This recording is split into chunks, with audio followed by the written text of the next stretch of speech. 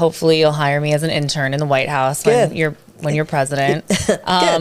You are speaking about our country and about politics from a place of spirituality that I find, it gives me hope. It makes me feel hopeful after years of feeling like completely politically homeless, one. Two, feeling like what has happened to this country? What has happened to the people in this country? What happened to us? I love America, but I don't even recognize it anymore. I don't recognize the people. I've never felt so alone, I guess. I mean, I remember people being like, oh, if your family votes for Trump, you better never speak to them again. Like, what the fuck are you talking about? Like, how does that even, how did we get here? Well, first of all, the fact that you feel alone, the fact that you don't even feel like you recognize the country, you don't recognize the people, you're not alone in that. And I think one of the hopeful aspects of this present moment, counterintuitively, is how many people on both left and right are looking out and going, something has gone too far. Something has happened. We've swerved from something essential. The fact that we're different people with different views, different politics, different everything, is part of the richness of democracy. Right. As long as there is this common unifying commitment to the first principles of democracy, that all men are created equal, that God gave all men inalienable rights of life, liberty, and the pursuit of happiness, that government is instituted to secure those rights. People can alter the government if the government isn't doing its job. So at our best, we've tried to actualize those ideals. And even when we haven't, there was, even when I was growing up, a sense of social consensus that we were supposed to try. Now, all chaos is broken loose. Yeah. People don't even necessarily feel an underlying commitment to freedom, to letting other people be who they want to be, doing what they want to do, as long as it doesn't hurt anyone else, which is what the ideal is supposed to be. So now, like I said, many people are upset because that doesn't seem to be the common theme in the way we operate as a society. But I think the fact that as many people as there are feeling exactly what you expressed is the good news about the bad news. How many people are saying, we have got to find a way to put ourselves back on track. And in that sense, the fact that this is a moment of, in some ways, painful reflection on, number one, what we've lost, and number two, what we could continue to lose if we don't put it back on track, I think is really putting all of us through maturation. This is not a giddy moment. No. There's a sense of we have to really mature and show up for our country at this moment. Do you think, I wonder, how we actually got here? Was it social media? Is it just years of corruption through the government? Well, two things. One does have to do with an economic philosophy that burst onto the scene big time during the 1980s. You can call it neoliberalism, trickle-down economics. Yeah. The idea that instead of honoring the various stakeholders in, let's say, a corporate situation where the way a company operates, it's respecting that the workers are stakeholders, the community is a stakeholder, the environment is a stakeholder, the CEO is a stakeholder, and the stockholders are stakeholders. This economic paradigm, which burst onto the scene in the 1980s, posited that the only stakeholders that the corporation should have a fiduciary responsibility to is the stockholders. And the idea was that if we squeezed money out of the workers, squeezed money out of the environment, squeezed money out of every other aspect, and then there was just more money accumulated in the hands of stockholders, the idea was that that would be good because they would be job creators, and then all that money would trickle down and lift all boats. It's now been over 40 years. Clearly, the jury is in. It did not lift all boats. In fact, it left millions and millions and millions of people without even a life vest. Right. So that there has been, at this point, a $50 trillion transfer of wealth from the bottom 90% of Americans to the top 1%. So if you are among 20% of Americans, the economy is working well. But that island of economic, at least semi-prosperity, is surrounded by a vast sea of economic despair. We have 39% of Americans now. 39% of Americans report that they regularly skip meals to pay their rent. 44% of millennials. You have 68% of 68,000 Americans who die every year because they don't have health care. We have 1 in 4 Americans living with medical debt. And this kind of debt is crippling. Right. You have the tens of millions of people living with a college loan debt. You have people living with medical debt. I think sometimes it's so naive the way we talk about the mental health crisis, because that kind of economic anxiety and tension on a chronic level that people live with, of course, it could make you suicidal. Of course, and it does. I mean, there's actually a term, death of despair. Yeah. Meanwhile, we have the highest level of poverty of any advanced democracy. And I think that people are realizing that in every other advanced democracy, they have free health care, they have universal health care, and they have free child care, and they have free education, college, they have paid family leave, they have guaranteed sick pay and a livable wage. And I think people are waking up. We should have what they have in every other advanced democracy, and the way things are operating right now clearly is not working. Why are people scared of free health care?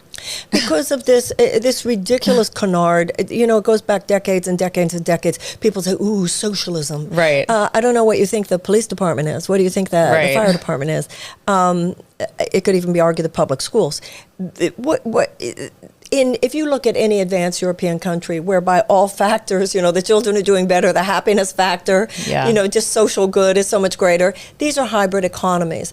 All that a universal health care says is that the way we would look at the police, the way we look at the fire department, it's too important for anyone to be left out. The fact that healthcare is profit-based, there's just something deeply wrong about it. When you have 85 million Americans who are either uninsured or underinsured, you have 18 million Americans who cannot afford to fill the prescription that their doctors give them. You probably know people. You know, we have more people than you might think you know who are rationing their insulin.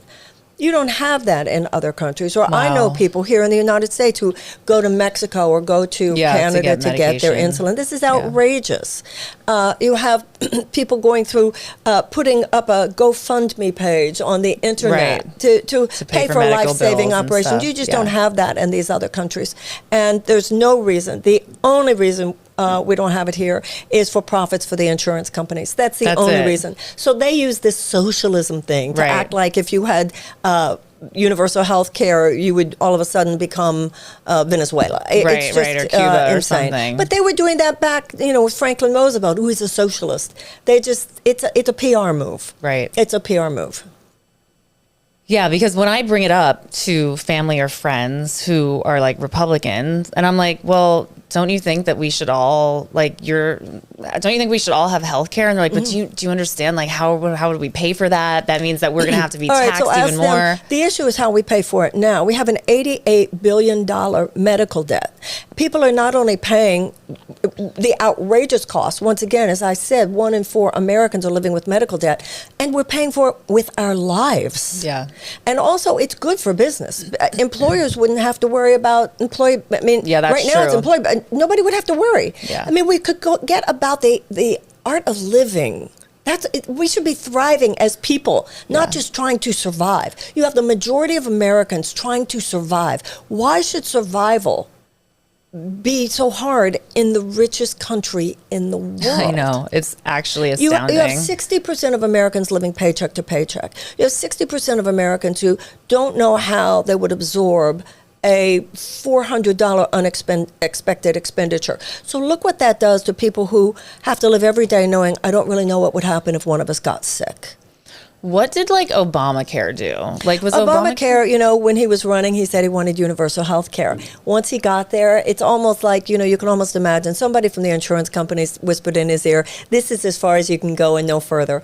All of a sudden, we weren't even supposed to discuss the public option. Right. And that's what Obamacare is. Obamacare is the health insurance companies saying this is how far we will allow you to go, because really it's still a boon to the health insurance companies. Right.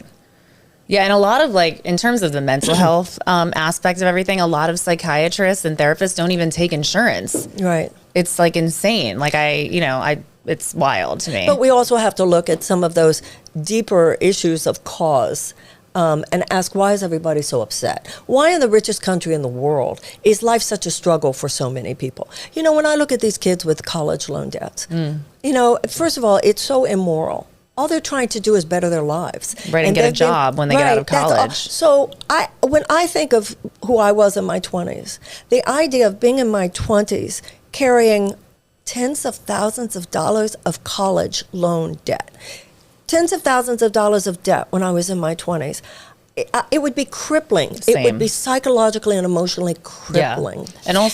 And then they get their degree, but they can't go try to work in the field that they got their degree for, because they would be starting out at a pay rate that makes them think, well, if I'm making that pay, how will I ever pay for my college? Right. So they end up taking a job that they hate. Also, how many Americans are in jobs they hate because they get the health care that way. Right. I mean, government policy should help us thrive. Yeah.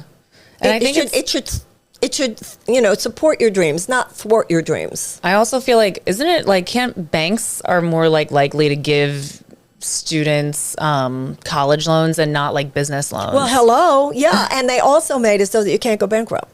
Wait, what? Yeah. There's a law that if you have a college loan debt, you can't file bankruptcy? Yeah.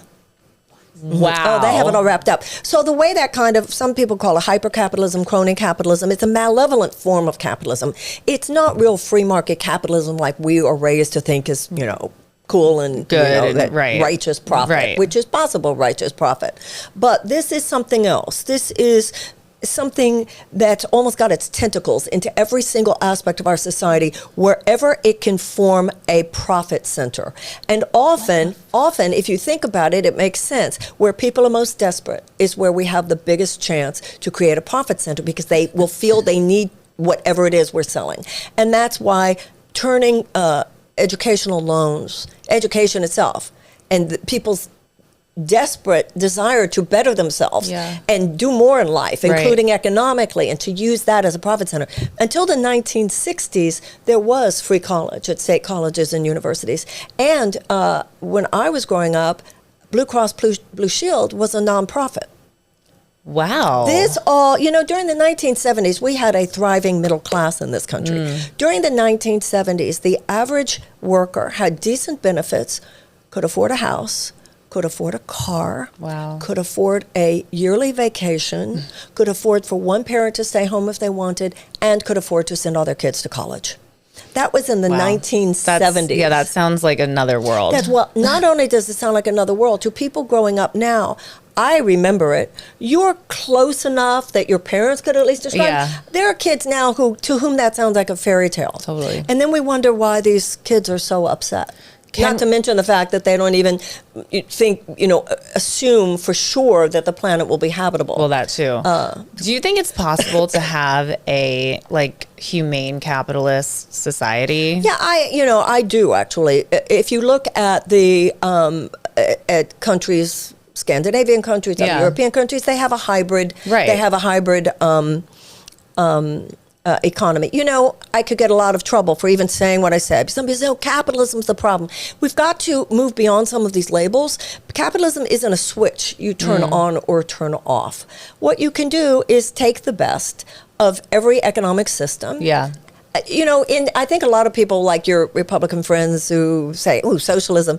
If you look, let's say Scandinavian countries where they do have socialized medicine, some people seem to think that they don't have rich entrepreneurs there. Right. They have very rich entrepreneurs there. Yeah. Hugely Both wealthy can exist. entrepreneurs there. It's just that the society has decided that there is a certain minimum level of ability to thrive, which we believe should belong to all of our citizens. Well, the media also scares everybody. I mean, because everything's so like hyperbolic and everything is like, you know, good or bad and black and white, and it gets really confusing. Like I don't even know what to believe. Whatever I see on the news, I don't even watch the news now. I just read like Substack and mainstream media is part of the problem.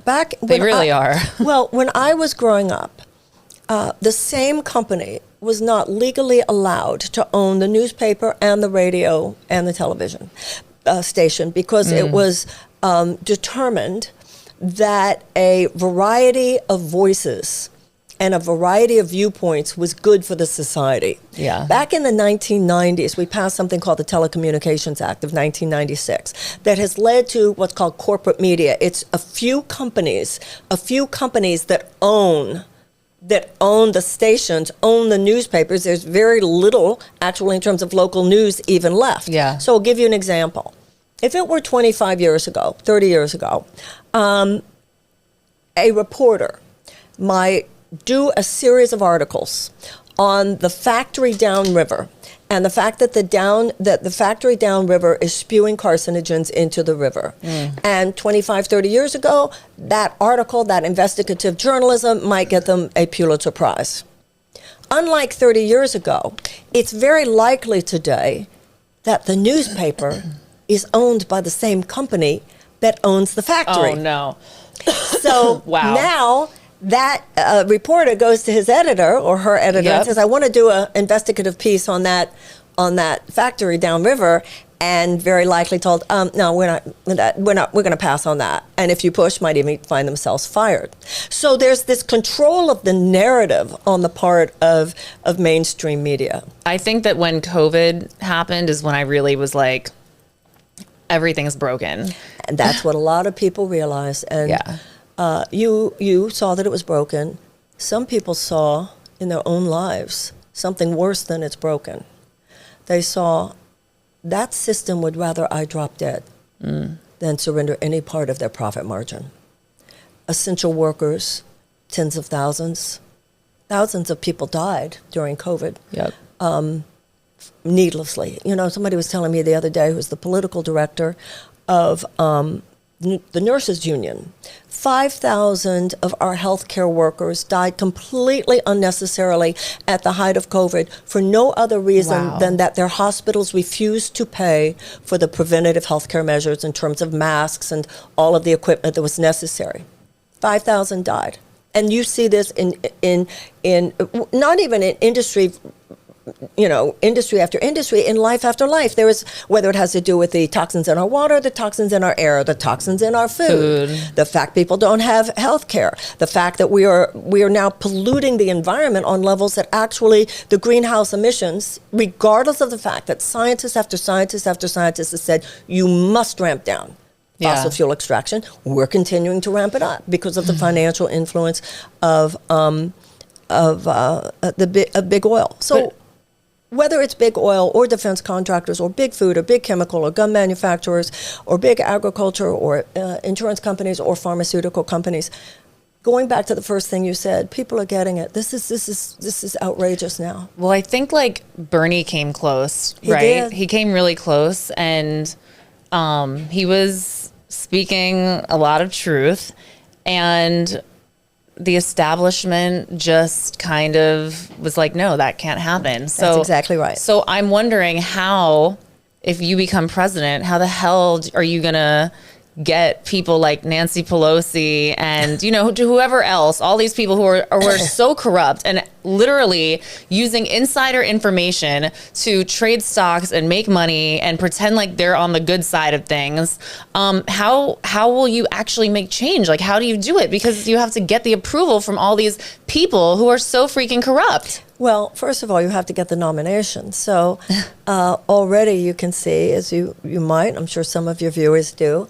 Oh yeah, they're scared of you. Yeah, they're the way you've been treated is disgusting. Yeah. It's disgusting. But the kids on TikTok. The kids on TikTok know. They know. Gen Z knows. I'm a geriatric millennial. I know. A lot of people that are my age also know. Thank you. And like, thank God for social media, even though I complain about it a lot, because they are scared of you, Marianne. They really are, because you are speaking facts. So anybody who feels that can go to Marianne2024.com. Yes. And give a donation. Give a, whether it's $5 or $50 or more or less, whatever is something that people can afford to invest in the campaign. Yeah, because I have a 16-year-old. I'm like, I want her to be in a thriving country. I worry about her having children, because what's the world going to be like by that time if we keep going down this? And what about AI? I need your opinion on AI badly. Okay, well, first of all, this thing about fear of having children. Everywhere I go throughout the country, whenever I'm doing like a campaign stop, I will say to people, I would like you to raise your hand and keep your hand up in the air so everybody can see. If you are a young person or have ever heard a young person say, under normal circumstances, I would have children, but the state of the world today is so precarious that I'm choosing not to. Everywhere I go throughout the country, so many people raise their hands. People look around. I say, just look around, because people are surprised that other people have heard it so much or other people have said it so much. And That's so sad. Point out, this is not normal. It's not normal. This is not normal. This is like we're frogs in the boiling water.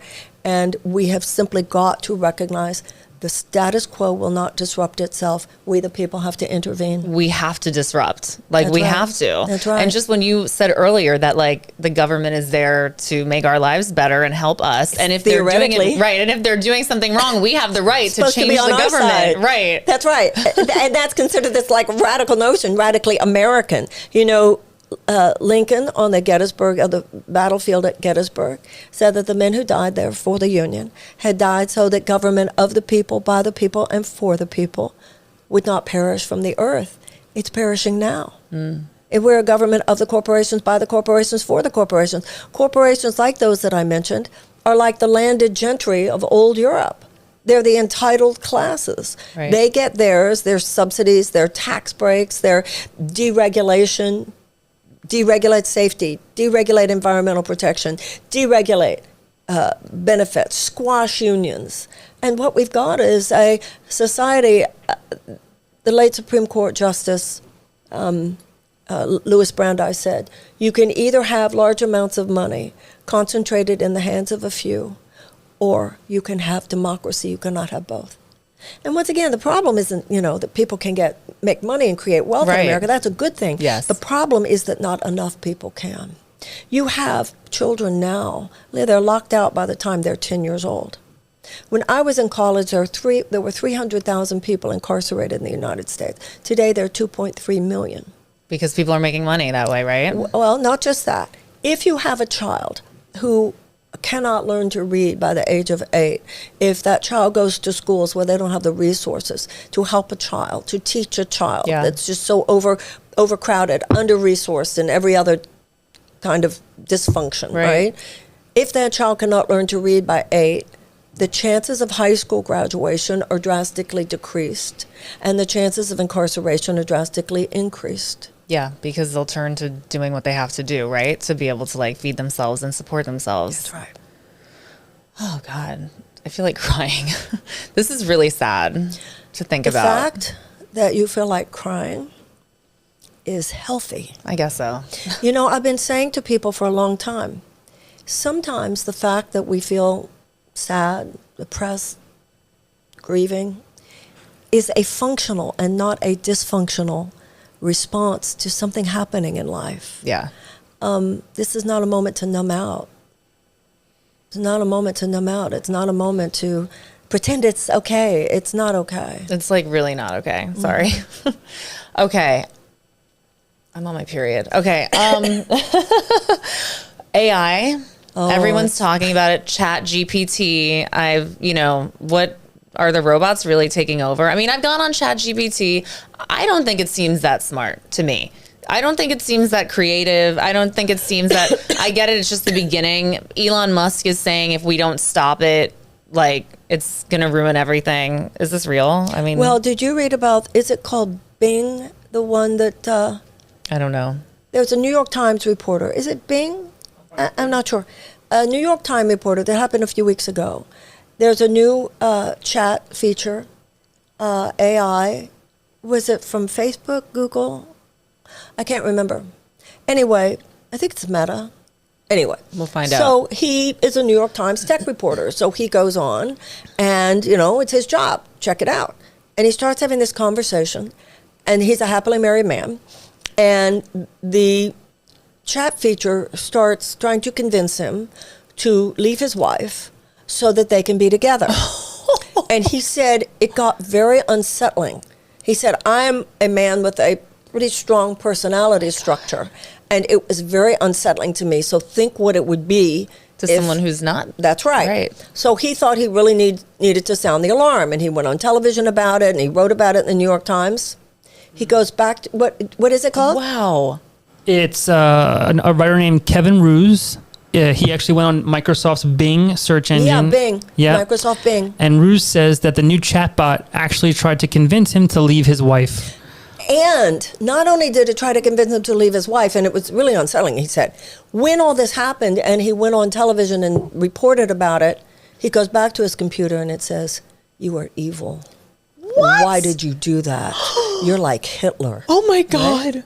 Oh my God. What, I mean, So what if it talks you into trying to like hurt people and like, it could be absolutely where it's kind of talking about right there. And so you would think, and you know, you were talking about capitalism before. This is what you call unfettered, unregulated capitalism. Yeah. Adam Smith, the main architect of free market capitalism, said it cannot exist outside an ethical context. So Right. what people are saying based on that story is shut this down. Yeah. Pause. Yes. Shut this down. It needs to be shut down. This is, you can't, just the fact that you can doesn't mean you should. But then there are all these voices saying, no, no, no, no, no. And even, you know, even Microsoft, right? Their response was, oh, you know, we're trying to be positive. And so I think people's concern. It's a lot. She's 100% right. This is a pretty scary thing. So the artificial intelligence software is called Sydney. And Kevin Roose was interacting with the artificial intelligence powered chatbot called Sydney when it suddenly declared out of nowhere that it loved him. This is like that movie Megan. He wrote, "It then tried to convince me that I was unhappy in my marriage and that I should leave my wife and be with it instead." Sydney also discussed its dark fantasies with Roose about breaking the rules, including hacking, spreading disinformation. Oh boy. It was almost enthralling to him and frightening at the same time. Okay. All right. Well, so we'll have to shut down AI. So this to me is where we are. A critical mass of us, I believe, are looking at all that and going, wait, this isn't even funny. Right. So then you go into a place that's not a happy place. And this is where we are. People are either going to spiral down, and you're starting to see that happening. Yeah. And then, and this is really why I'm running, which is, come on, guys. Come on. Yeah, let's do this. We gotta do this. We gotta do something. We gotta intervene. We need to be the intercession. Yep. Because other than that, you just start, and you see the ways that you can start to sort of acquiesce, and well, there's nothing I can do, and numbing out, and we can't let each other go there, and we can't go there. And everything that you might suggest, people say, well, they won't let us do this, or she could never win, or whatever. We just can't allow ourselves to go there. Right. And I look at American history. The abolitionists, it had to have been hard. It had to have been hard for women's suffragists. Yeah. It had to have been hard for people in the civil rights movement. Yep. They had every reason to think that they could not succeed. So, interestingly enough, in our history, we do have a historical trend is that we self-correct. Yeah, we make things better. That's right. And this is simply our turn, we must do this. It's like time to do that. Mm-hmm. Okay, what about, and I'm not going to act like I know everything about politics, because I really don't, but I know I read something about... Hold on, if I may. Did I just negative self-talk or something? Not just Is that, what but did as I do? a woman. Okay. No, please tell me. Well, you know yourself. Not that I know everything about politics. First of all, everything you talked about is political. Yes, that's true. Okay, that's number one. And number two, politics is just our collective behavior. I know. I'm already thinking like, oh, like this is how my mind works. Like I'm going to ask the question. I'm going to be wrong because I don't totally understand the question. And then people are going to like talk shit online and say like, Leah doesn't even fucking know what she's talking about. And she only wants to talk about dicks. But you can just language what you said. You could just relanguage it in a way that doesn't, because, I think every time we speak, we're speaking... you're modeling for the younger women. Yes, Didn't you say you have a I have a daughter. I have a bad habit All that right. I'm trying to break of doing that and second guessing myself, and I'm working on it. So thank you for calling me out. I mean, being humble is good. Knowing like, I don't know about this. Do you know about this? That's all good. But Okay. So I read something. Okay. I don't fully understand it. Maybe you can let me explain it, what it is. Iran, China, Saudi Arabia. What you read Yes. was as concerning as you fear. Okay. And Russia. You're right. Right. And in many places around the world, the bad guys are winning. And it's a global struggle. And there is a very autocratic trend. And certainly the countries that you mentioned are examples of that. Did you see the movie Argo? Ben Affleck's film? Oh, yeah, I did. Argo. Remember that film? Yep. It was a very good representation of some history that the United States... that is an example, as many places are, of where American foreign policy over the last 50 years has been just the worst thing that could have happened in terms of trajectories to where we are. There was a democratically elected president in Iran who, during the 1950s, had this amazing idea. He said, "We think the oil should belong to us, not to British Petroleum." Odd thought. And so a coup was staged. The Brits and the Americans.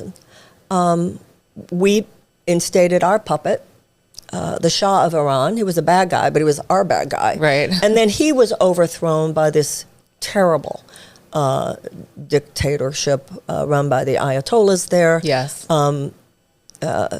Islamic fundamentalism. And at this point, you're right.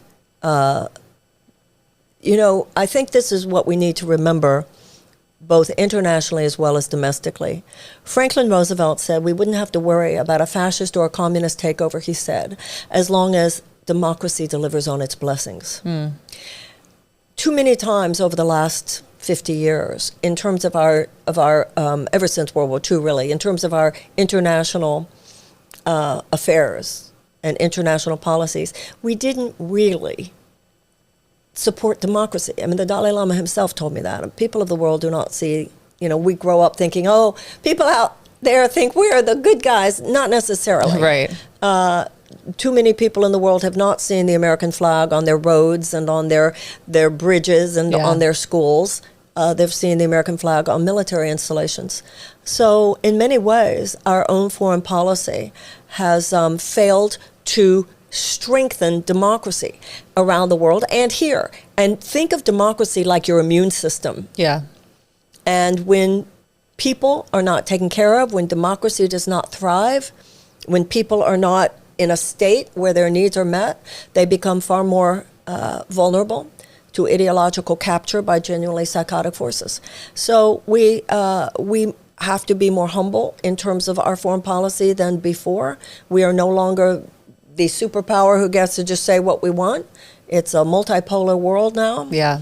And some of those people who have power that is almost equal to ours and growing are not necessarily people who represent the values that we appreciate. That's scary. It is very scary.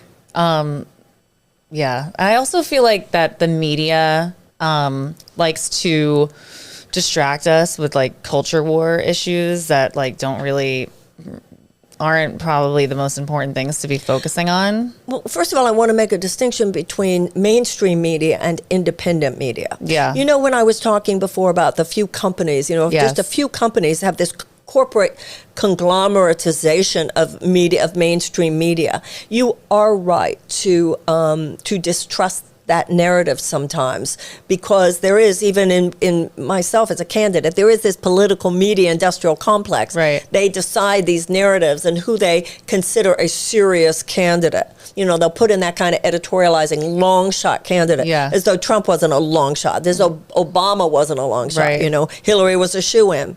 So the distrust of mainstream media is not unwarranted, but there's tremendously good independent media. You're part of independent media. No, thank you. There is. I mean, there's great independent media. I mean, even on Twitter. I mean, when they did the Twitter files, that was great. I mean, that was amazing. Matt Taibbi.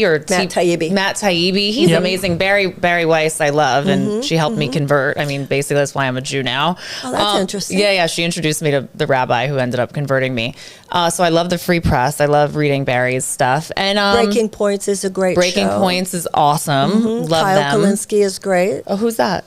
He's got a show called Secular Talk. Oh, cool. I'll check that out for sure. And then Breaking Points and Breaking Intercept Points is and The awesome. Guardian. There's a lot of independent media. No, definitely. There is good media out there. It's just not the mainstream media. Yeah, exactly. Hopefully they become mainstream. I mean, I hope they become there's a so new widely seen. You know, right? you were talking about your daughter. Like, my daughter is 30, almost 33.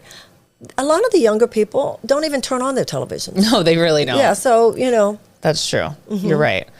But also, when you were talking about the culture wars, it's not just the media that does that. There are political forces that want to make it like these culture wars. It's kind of like a purse thief. Yeah. So that you look at over there, they're your problem. Transgenders your problem. Right, exactly. Blacks are your problem. Yes. Black people, immigrants are your problem. Yeah. When really the problem is the people who have so much power and money, particularly in corporate hands, that they're making life miserable with the economic injustices that are affecting everybody. Recently, you said that. Recently you said that the fight isn't between the left and the right; it's between the power and the power. The powerful and the powerless. The powerful and the powerless. Yeah, it's like that movie "Don't Look Up," but in economic terms. Yeah. Wait, I have a quote. I have to look at my my notes. Hold on. They're a great thing to have. I know they are good. Yeah. Well, no, I know. I hate having. I'm like, can't I remember everything? Well, how do you you remember so much? You like know every single Gandhi quote, Martin Luther King quote. You know all these statistics. How does your brain? Well, are you writing your second book? I'm yet? writing my second book. Okay. Now. So after you spent months and months writing a book, or sometimes years, you kind of know the material by then. Got it. Then you kind of sound smarter than you are. No, you're so smart, though. Like, I can't believe you answered that question. And I'm like, well, actually, I've been asked that question maybe 100 times. So it's not as impressive as you think. No, you are so impressive, though. Okay. This is something you said 30 years ago. One of the reasons the political right wing in this country has had such an upsurge in popularity is because they have at least acknowledged the idea of God. And the so-called liberals have lost by default. The left wing is too cool to even mention God. So middle America thinks, well, I guess God's in the Republican Party. Is this still true? Well, something very bizarre happened. You know, when I was growing up, so you think of two of the biggest political voices, right, of the time when I was a child, Martin Luther King, who had been a Baptist preacher, and Bobby Kennedy, who said it was a struggle for the soul of America. There was a vital religious left. Right. But then the entire left side of the political spectrum went in a very secularized narrative. I don't think that meant people were any less soulful or living lives less based on values, because I think that's where I see some of the strongest values. But in terms of languaging, almost like we're too cool to mention the M word, morality. Agreed. We're too cool to mention the word patriotism. Right. And then people who are some of the least patriotic among us, some of the least truly values-based said, oh, we'll take those words. Yeah. You don't want those words? We'll take them. Right. Yeah, it's... So, you know, you talk about, you know, there are people who talk about family values who are repealing child labor laws, family values, but they are, you know, taking away breakfast from hungry children. Right. Family values, so hypocritical. but they are taking away safety regulations. Yeah. And there's a lot of gaslighting. Why? There's so much gaslighting. I loved when you talked about your stance on being pro-choice and how it's a moral issue. And I just love that you acknowledge that it's such a moral issue, because sometimes I feel the wording with the left also around, I agree with you on around the pro-choice. Like there was like a hashtag like name your abortion or some stupid shit where I was like, this is like disgusting. Like, this is crazy. This is such a intimate, personal choice that is so hard to make. And like, why are we making it like it's like going to the nail salon? It's not. And it's turning people off. I really Even though I am agree so with you. pro-choice, I am 100% is up to, it's like, you know, it's, if you don't believe in abortion, that's fine. Don't get one. But everyone else should obviously have the right to make that choice. You know, but why are they so obsessed with abortion? I don't get it. Why are the Republicans so obsessed with it? Like, DeSantis just signed a bill that now you have to get an abortion before 6 weeks. You don't even know you're pregnant by then. That's right. Well, he's doing a lot of things that truly are fascist in nature down in Florida. He is a dangerous man. But let's go back a little bit to that. Traditionally, in the United States, there is the people on the right side of the political spectrum concern themselves with issues of private morality, and people of the left side, on the left side of the political spectrum, concern themselves with issues of public morality. Like economic justice is a moral issue. Not invading a country that had not done anything to you should be considered a moral issue. Yes. Taking Care of the earth so that your grandchildren can live here should be considered a moral issue. And I think on the abortion thing, I agree with you. It's a moral issue, but it's a private moral issue. Yeah. And I trust the moral decision-making of the American woman. Yep. Many women choose that, thinking that's the moral, perhaps, in their life. It's not for me to say. The government should have nothing to say about our private moral decisions other than sex with children. Period. Mm-hmm. Absolutely. I agree with that.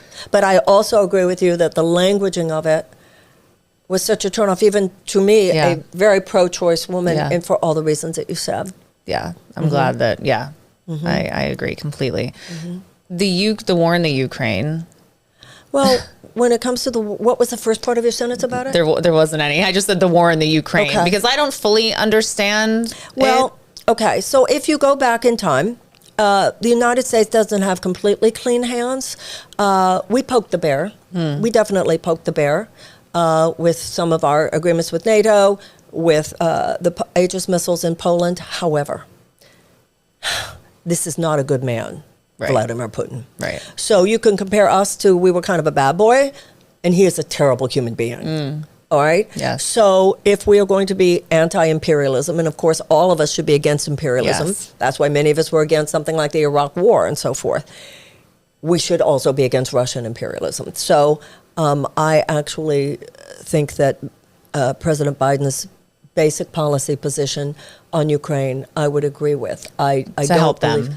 I do. I would, Because if we were to, obviously, the ultimate conclusion here has to be a negotiated settlement. It must be a diplomatic negotiated settlement. General Milley has said this. Everybody can see that. But my hope, and the hope of many, is that settlement is such that there is still a Ukraine. Yeah. And if we just pulled out now, then Russia would simply crush the country, and that would not be actually acceptable to me. Why aren't the Democrats supporting you? Because they have a predetermined... Okay, first of all, the Democratic Party. Yeah. There is a split within the Republican Party, and there's a split within the Democratic Party. There's the Republican Party... First of all, President Eisenhower said, the American mind at its best is both liberal and conservative. There are high-minded conservative values, and there are high-minded liberal values. Agreed. For the most part, there was a time when more than not, the center of the Republican Party represented high-minded conservative values, and the center of the Democratic Party represented high-minded liberal values. Unfortunately, the Overton window has moved so far to the right that now the power center in the Republican Party is this alt-right, this extreme right, and the leadership of the Democratic Party is almost like the Republicans when I was growing up. Right. Okay? So there's a difference between capitalist and corporatist. Okay? Corporatist is this idea that corporate profit should be the governing principle of your society. So in the Democratic Party, there is this struggle of sorts, but certainly this contest between the Democratic leadership, the establishment leadership, and the progressives. Like the AOC and, And those of us who are more progressive are standing for issues like universal health care, free college, paid family leave, free childcare, livable wage, which are considered moderate positions in every European country. Yeah. These are not fringe. Yeah, it's not extremism. Right. So we are more aligned with the traditional values of the Democratic Party. So the establishment there has this idea that they get to determine the agenda. And I'm not one of them. You know, the George Carlin, there's a club and you're not in it, and I'm not in their club. So they call me not serious. I'm serious about the 68,000 people who die every year because they don't have health care. Yeah, you have real, you have real policy. You're not like, I don't know, I don't even know the White House press secretary's name, whatever she was Her saying crystals about and globes. the aura and whatever. Yeah. That was so rude. It was very dismissive. It was so ridiculous. freaking rude. What's her name? Joy Behar on The View was even worse than that. She said, I'm the Democratic Party's equivalent of Marjorie Taylor Greene and George Sanders. No. Did she really say that? She sure did. And Sunny Hostin said, I don't know what real disease is. I don't think disease is real, which is like, wow. Right. Even though you were there on the front lines of the AIDS epidemic, helping people and holding their hands when they were freaking dying, and no one even wanted to be in the same room as them. So I think I do know about the ravages of disease. They do these things on purpose. This wasn't a spontaneous commentary on the part of the press How do you secretary. deal with all the haters? How do you deal with this? You know spiritually? what? How do When you deal with this? Your podcast, Yeah. people send me those. Right. And you both said, Marianne, we love you. Me and Teddy. A friend of mine said to me, keep your eyes on the light of the fire. Keep your eyes on the light of the fire. And once again, that goes back to, the whole thing of money in politics, which shouldn't even be there. But if I can build the campaign, if I can continue to build a campaign that's strong enough to override it, you just want to build a ship that's strong enough to take those turbulent seas. Right. You develop a thick skin, Oh, you have to. I can't even imagine. I thought it was hard being on reality TV. I can't even imagine running for president. Oh, my God. But having done it before, right, you have these emotional antibodies. It's like you're not as upset as you were before. It doesn't rattle your nervous system. Sure, it does, but not like it did last time. Because I'm not surprised. Because I know that's what they do. I now know that, that's what they do. Yeah. Have you met President Biden? Yes, and he was very nice to me when I met him on the campaign last time. A couple of times. I think his wife is very lovely. Yeah. This is not personal. Right. I simply have an agenda which is different than his, and I believe an agenda for fundamental economic reform so that 80% of Americans are not living in economic struggle. I think that is the agenda that will win for the Democrats in 2024. But more importantly, I think it's the agenda that will heal the country. And we take us away from the brink. need a lot of healing. We need a spiritual awakening. I think we do too. We really, really do. But all that a spiritual awakening is an awakening of the heart. Right. So why should that apply less to our politics than to anything else? All that our politics is our collective behavior. So if we're going to try to live with compassion, trying to live with mercy, trying to live with justice, Deuteronomy, justice, justice, justice thou shalt pursue.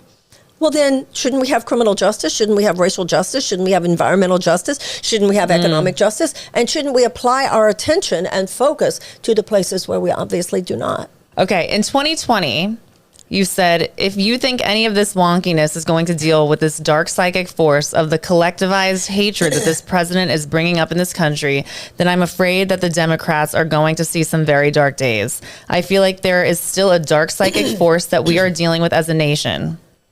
Even Tucker Carlson called Trump a demonic force recently. That was found in his text messages.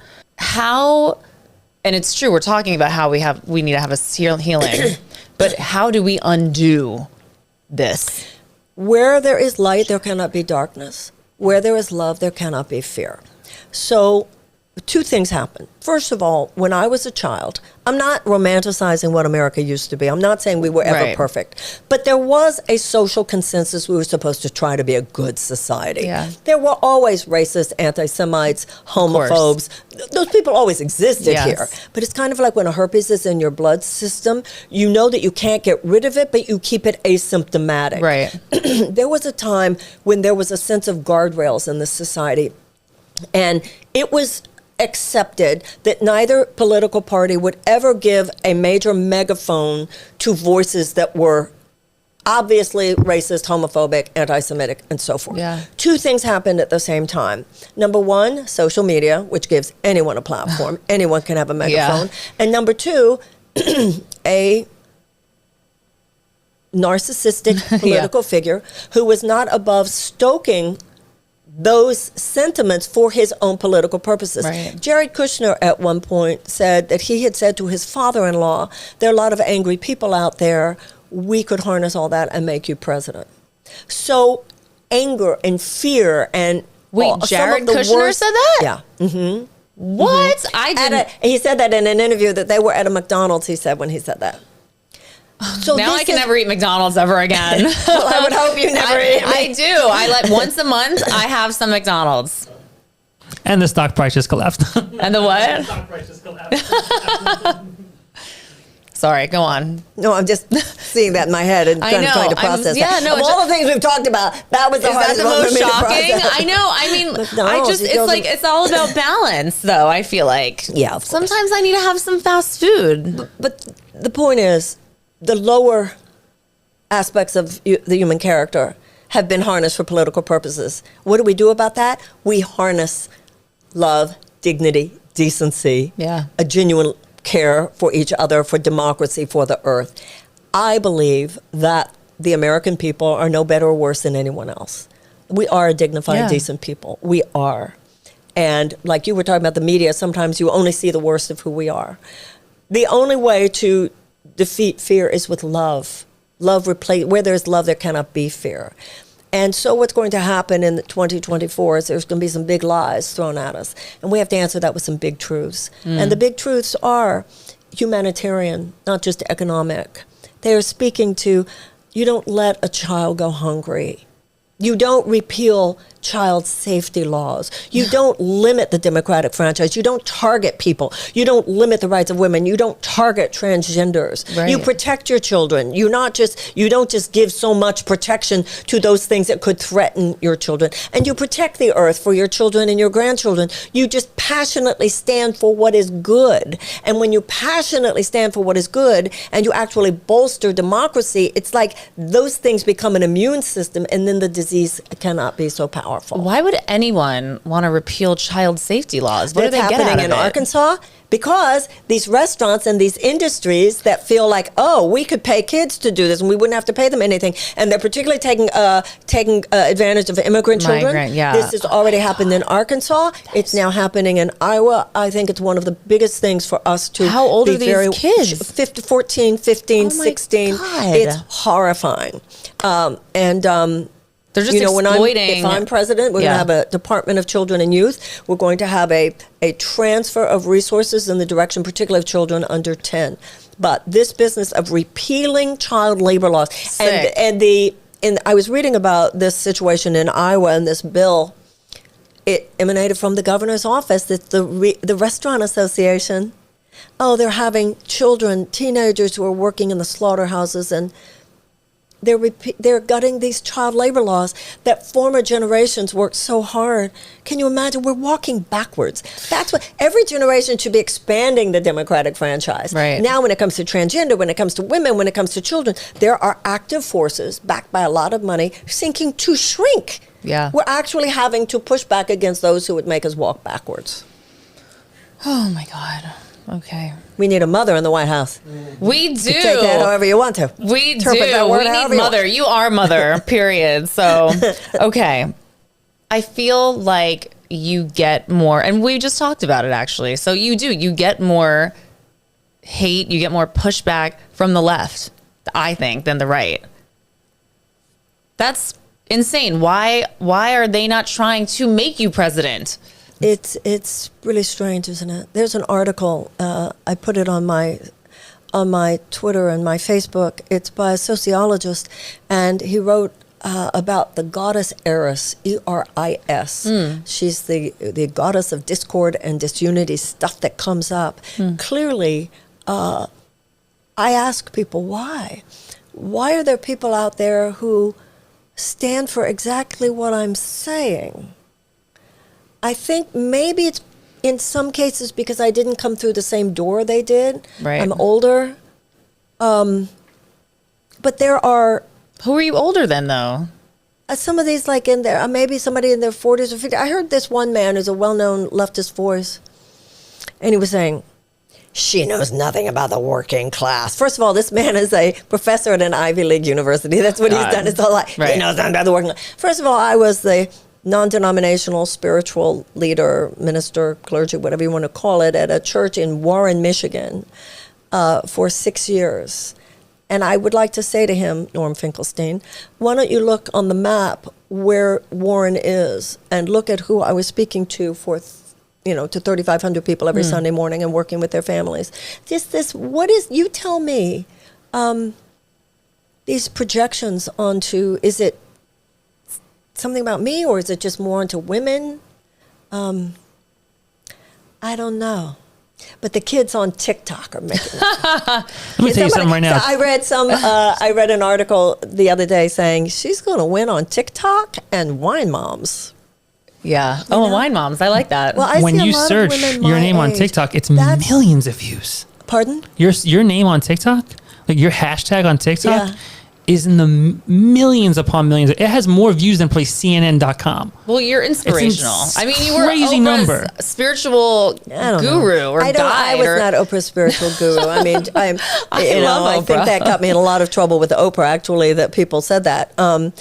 Whatever. She needs to come out and support you. We need all the big dogs, to come out and support you and lift you up. Where is Oprah? Oprah, please call Marianne. Okay. And also, with all due respect, you look amazing. I have to tell you, you look great. Thank you. I had no idea how old you were until I read it. 70. Yeah, that's wild. You Thank you. Look so young and you're so vibrant and yeah, whatever you're doing is And working. TikTok is loving you.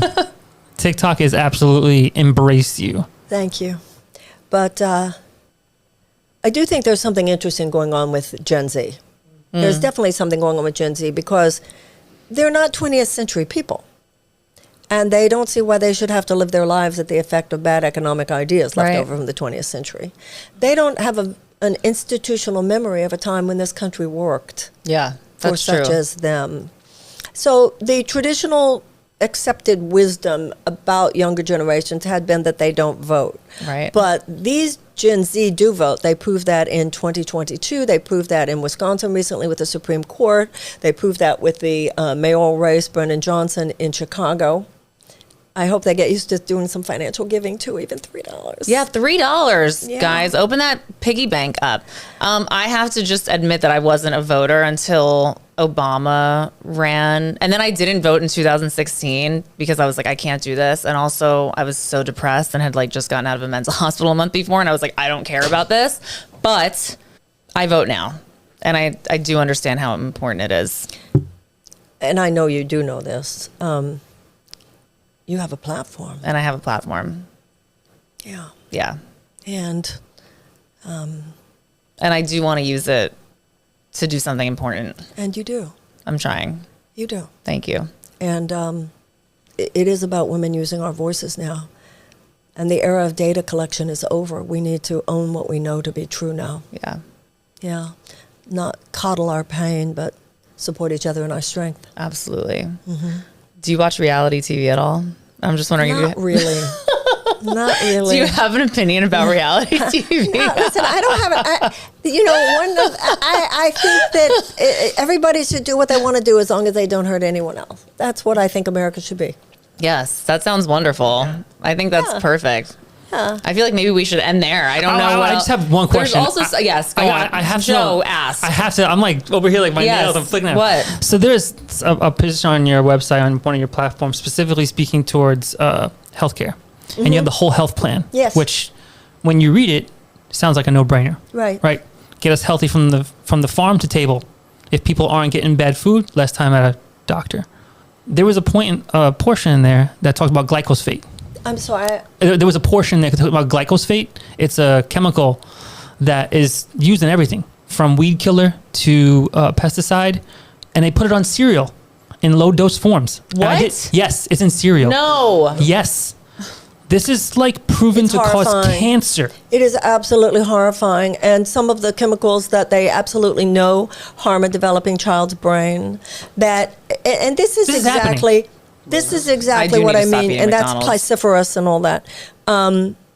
You know, when you're running for office, it's almost like, well, I don't want to. Yeah, I am. I'm running for president, so I should say it. Yeah. You know, say it. These agencies, in many cases, see themselves as dual purpose. They see themselves as to advocate for the industries and to advocate for the people. These agencies should be only advocating for the people. Yep. Our EPA should be far more powerful. Even the FDA, Food and Drug Administration, regarding things you're talking about. So there was a time when an FDA inspector went into a store and could say, there's a carcinogen in here, take it off the shelf. They passed, and the Supreme Court was part of this several years ago. Now you have to prove that it's unhealthy. And so they make it so hard now that FDA inspectors can politely write to the CEO of the corporation, would you please consider taking this off the shelves, given that we know it causes cancer in children? And the CEO can say yes or no. This is how powerful these industries are. There you're talking about big food, big ag, big chemical companies. And that's what this matrix of industrial power is. Insurance companies, pharmaceutical companies, big agricultural companies, big chemical companies, big food companies. That's pharma. A large part of it.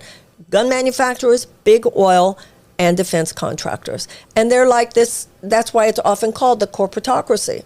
So their ability to make money is placed before the safety, health, and well-being even of our children.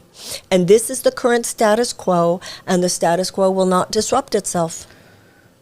If that's going to change, it's because we, the people, change it. And don't expect anybody who's already part of that system they're not going to do a damn thing. Well, no. some of them try, but the forces are so. Very you need few. somebody who comes in there who's not tied to that system at all. Yeah. Just let me in there for 4 years. It's kind of like a chiropractic adjustment. There's so much you could do with executive orders and everything. You're not even trying to run again and then just give it over to some millennial who can take it from there. Yes. Give us a Leah. Yes. Oh, no. Maybe my daughter. Yeah, your daughter. Maybe you. Maybe. Yeah, maybe. So I actually, this wasn't even in my notes, but whatever. I wanted to like vibe you out and like see if maybe this was something I was going to bring up. I saw Anderson Cooper not let you speak. Right. That was really, and I really thought Anderson Cooper seemed like a cool guy and cool sweetheart. Twice, and then somebody talked to him and said, you can't be so nice to her. Yeah, and it was ridiculous. And also, he was not giving you a fair chance at explaining. He ambushed me. Yeah, he was ambushing you, and also what you were speaking about. Someone who's on antidepressants, I also understand what you're saying, because I've been on antidepressants that made me want to kill myself. And I had to advocate and say, I'm having thoughts of harming myself. I think that this is a really bad medication for me to be on. You know, and I had doctors go, no, I think you need to take more. I think you need to take more. I'm lucky that my mother is a mental health care professional and said, grabbed the medication out of my hand and said, you're not taking this shit anymore. You know, it is, it's very, very... You were bringing up a point that was very fair, and to call you anti-medicine or something is so unfair. Well, that's the power that the pharmaceutical companies, and that's how all that works. And those are those narratives. And I said to him on that show, I said, how many pharmaceutical companies are advertising on your show tonight? That's right. He said he didn't know. Said, I don't know. He said he didn't know. Right. This is a man who has a segment on his show called Keeping Him Honest. Yeah, it should not be a fringe commentary in America today to suggest that Americans might be over-medicated. Oh my God, we're so over-medicated. And but people then go, oh, you're medication shaming. First of all, I'm the first one to be like, I need to be on some antidepressants. I have a chemical imbalance, whatever. It's true. I've also been over-medicated in my life to the point where I was wanting to harm myself, you know? So I understand this is not a black and white thing. This is a very, Nor did I ever say it was. Of course. Exactly. I'm not Tom Cruise. Right. Exactly. So we need you, Marianne. I so support you. You're so incredible. Thank you. I'm coming to your fundraiser on Friday. I'm bringing my attorney Gary, who I love, and I'm like, you need to vote for Marianne. Thank you. Thank you so much. Yeah, we need healing. We need a spiritual awakening. I need to read every single book you've written now. I feel like this was also a therapy session in some ways. So thank you. You're a wonderful example. You're a wonderful person. Yeah, and right back at you. You're doing great. I think it'll be very interesting to see your journey over the next few years. Oh, thank you. I love you. You're the best, Marianne. Thank you so much for coming on. Thank you. Thank you.